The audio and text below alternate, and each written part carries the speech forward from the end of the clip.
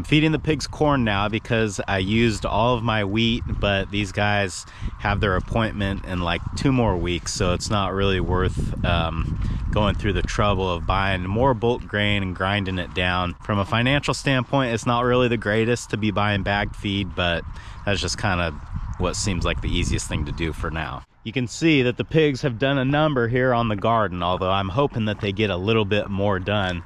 Can still see a lot of plant matter out here in the ground, and I think if I leave them in here long enough that they will do away with all of that. They've got about 2 more weeks. Like I said, we're supposed to get rain tonight and tomorrow, and that will really help them churn this up even more. We'll just see what they can do. It'll have to be good enough. It would be really nice if I could put a net fence around this, and when the pigs are gone, put all the chickens out here and let them go through and do their thing, eating weed seeds, adding manure to the ground, and then in the spring, before it's time to plant the garden, I'll just come out here with a rototiller and churn all this up, try to kind of flatten it out best I can, and hopefully we have some nice fertile ground that doesn't have a lot of weed pressure. But that's another job to worry about another day. Today, we've got other things to worry about, and those things are what we're doing on Farmer Tyler Ranch.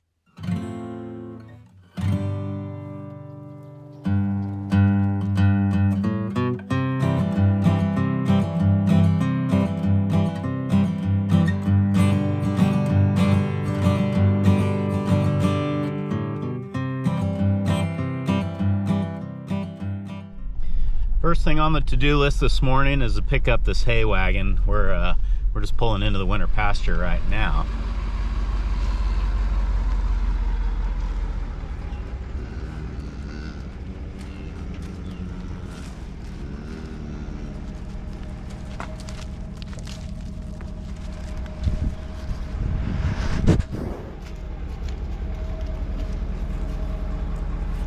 So what ends up happening is on the first day that we show up here with the round bale, you can see the cows completely clean this feeder out, which means that the day after I show up with a new bale, they're not super hungry because they all overate yesterday.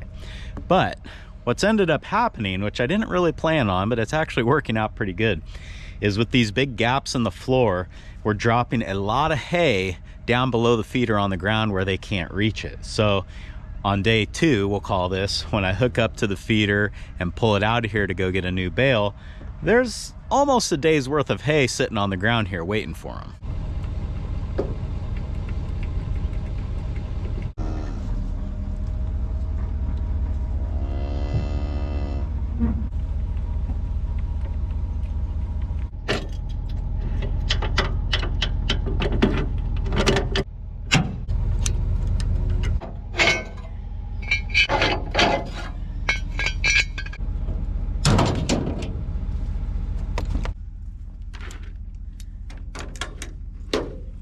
I don't know if that makes me legal or not, but it certainly seems like it's better than nothing.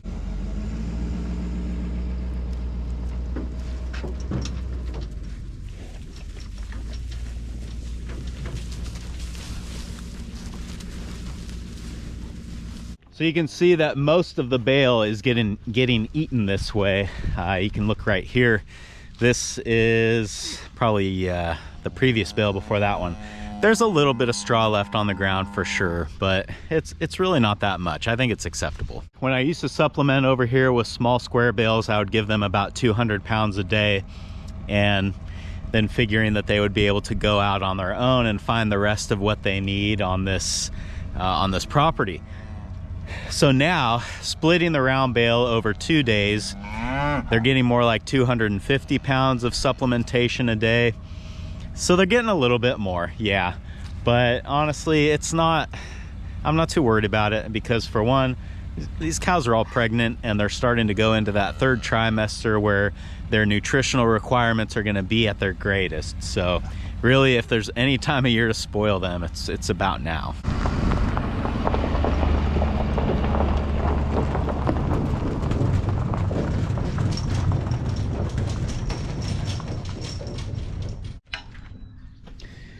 Well, today looks like a pitchfork day.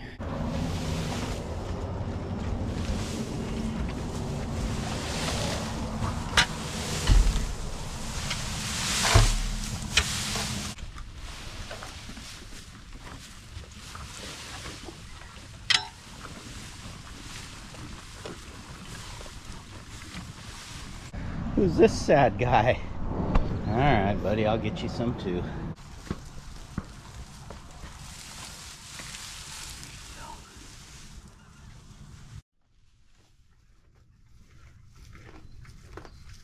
I will have to say that hand feeding him like that every day has really helped to tame him down at least a little bit. I definitely can't pet him or anything like that, but just the fact that he doesn't want to run away every time I walk towards the fence, that's big progress.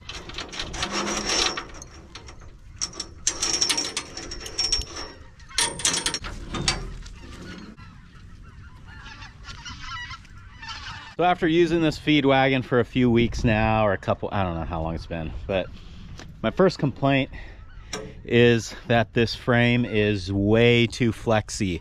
And what that has meant is that while I'm bouncing down a rough road, a lot of times this gate latch comes undone because the frame's doing this and the gate's doing that, and it just pops right off of there. So at the very least, while I drive it down the road, I have to chain it up, and then it's like once I get there, not really worth the trouble to take the chain off, so I just leave it on there. So we've got, you know, kind of like a double insurance policy to keep this rear gate closed now. It works. And really the only way that I know to remedy that is to pull this floor back up and reinforce the frame some more. And not sure that I want to go through that. I mean, I definitely can't do it now because I need to use it, but maybe this spring or this summer when it's no longer something that I need to use every day, I might look into doing that. And then while I have the floor out, it'd be a good time to paint it. So there's a few reasons to do that, but we'll just kind of have to see. One thing that I never got a chance to do or to finish on the front of the trailer was to make a little salt block rack.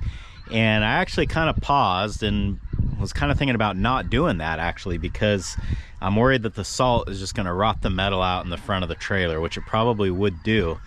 But now I'm kind of thinking maybe there's a way that I can like put a piece of plywood down and sort of box it all in with wood and try to contain that salt within the wood best I can anyway. That should help preserve the metal, I think. So we might try to do that today.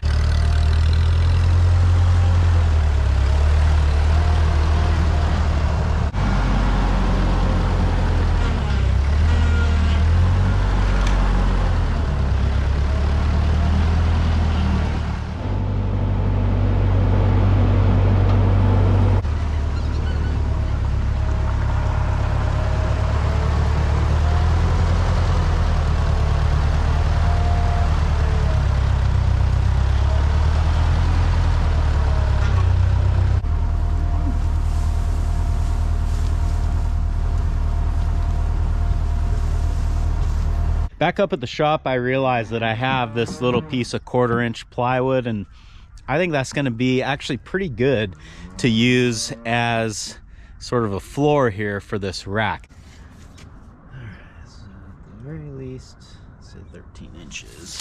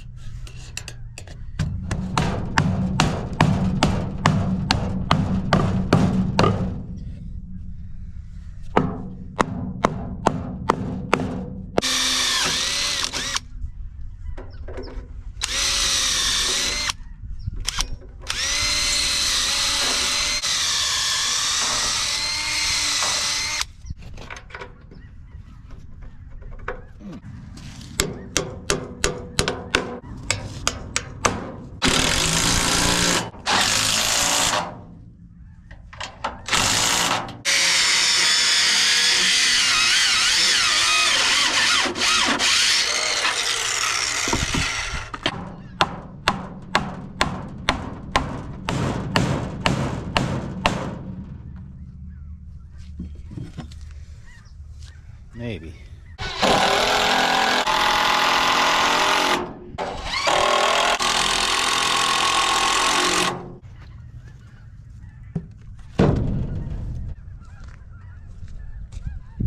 Well, this is kind of what I was able to throw together today, and I think you get the gist of what I'm going for here. What I don't like about this design is that I've got this big gap in between the salt block rack and the metal front of the feed wagon here. You know that's just going to collect a bunch of junk, and when then that gets wet, it's going to start rotting out that sheet metal. So what I will probably end up doing is maybe just putting another 2x6 down in here, or I might just get spray foam and fill that gap that way, and that'll at least, you know, hopefully keep most of the trash out of there. I'm also kind of questioning this 1/4-inch plywood that I use on the bottom of the salt block holder. It's really flimsy, and I just feel like it's not really ideal. So I'm gonna leave it there, but what I think I'm gonna do is take a bunch of 2x6s that are cut short like I've done with this one here in the middle, and just line the bottom of this with those. Once I get all those, then I'll have a nice thick bottom to the salt block holder, and then I can come in with caulking and seal up all the seams.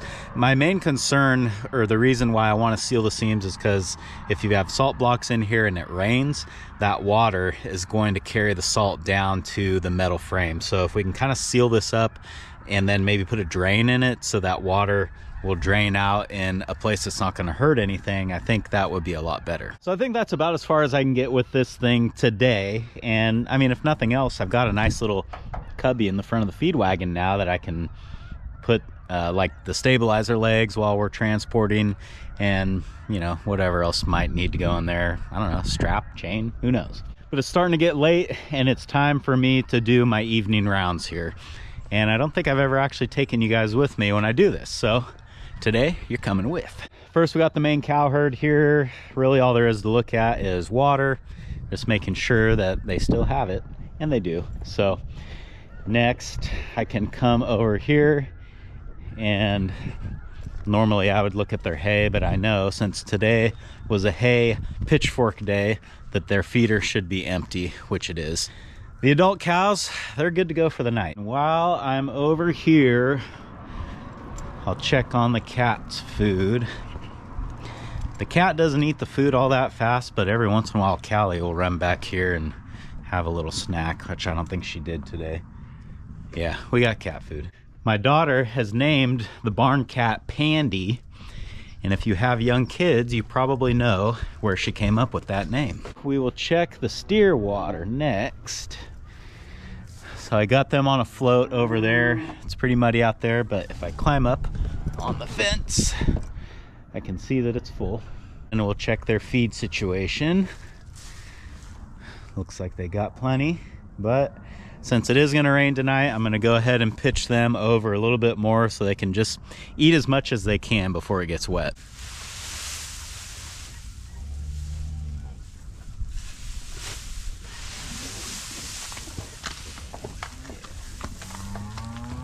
Something about cows, all you gotta do is fluff up their hay and they need to come eat it some more, even if they didn't know they were hungry. I think cats are that way too. You're late. They're gonna eat it all. These guys in the bullpen got a round bale today, so there really isn't gonna be much that I need to shovel out for them.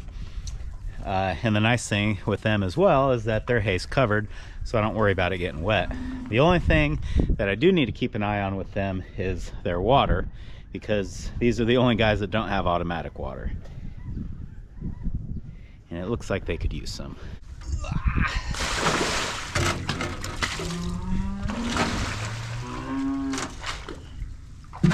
Cast iron bathtub is actually an awesome water trough because it can't push it around, they can't bend it. The only bad thing is when you got to clean it out, they're awful heavy to tip up.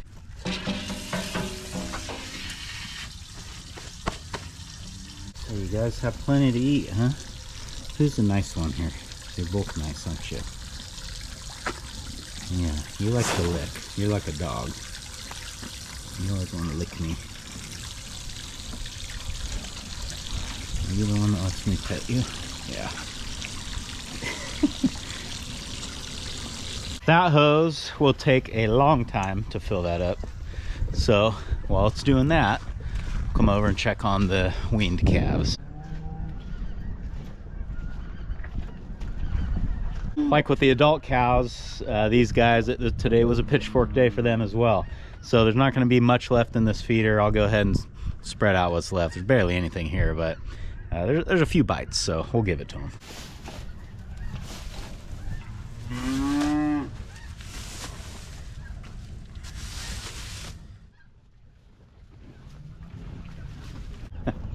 So I finally had to cut the handle off of this pitchfork, because when I'm doing any sort of pitchfork work under this low roof here, I was hitting this handle all the time. It was a pain.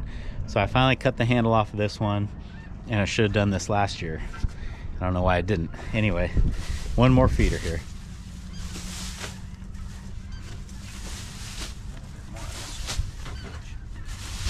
Tomorrow morning I'll put 2 new round bales in here for these guys, and everything will be right again in the world for them.